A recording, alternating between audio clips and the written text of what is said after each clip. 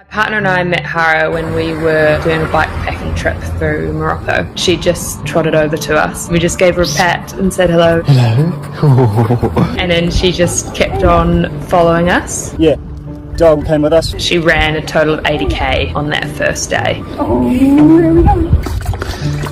And she's been running with us. She ripped her feet up pretty bad and just didn't want to get back up. I'm taking a break.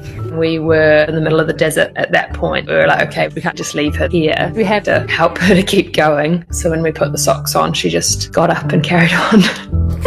Vamos.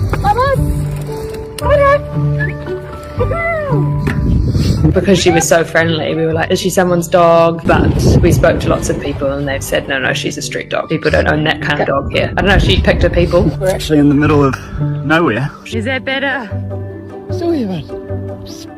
Is our new friend? It's Hara. When we got to 50 kilometres, we could tell she was really tired. I'm a vet, so I had a look at her feet and they were getting pretty raw. So we improvised and I put some of my socks on her. She wasn't following us for food. That's what we thought initially. Maybe she's just persistent and hungry. But she's a really fussy eater. We offered her some bread and sardines, which she wouldn't eat. Put socks on your dogs. Works the dream. We did a further 20 kilometres with her the next day. So a total of 100 kilometres. I'm a vet and this is not a distance that dogs really should be running. We set up camp in the first village. She didn't want to come in the tent. Hello. But she wouldn't leave our sight even when we went to go and get dinner or anything like that. She had to come too. And then when we woke up in the morning, she was still sleeping next to the tent. She hadn't wandered off. She gave you that comment? Yes. When we got to Zagora, was the name of the big city, we organised to get her to a rescue.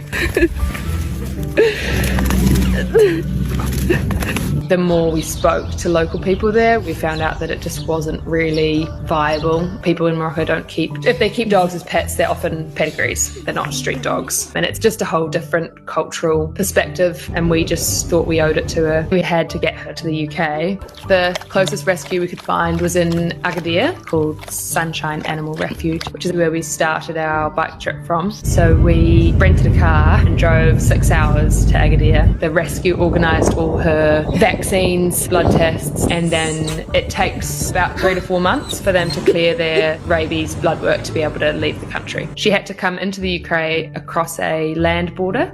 Where are we going? I told you I'd come back. I told you.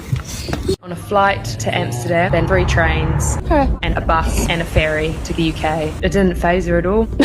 She was just so happy and so intrigued by seeing the world. Now she's doing really well. She slotted into life very easily. I'd have a lot of questions for her as to where she came from and why she decided to follow us, but I'm really grateful to her.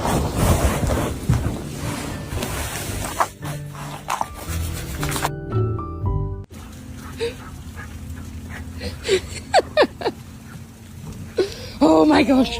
Oh my god.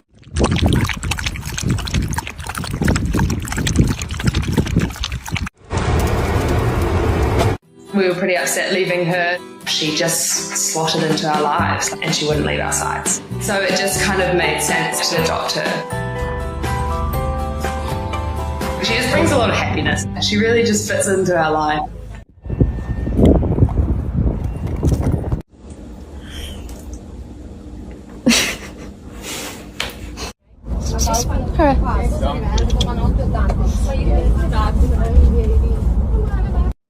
Yes.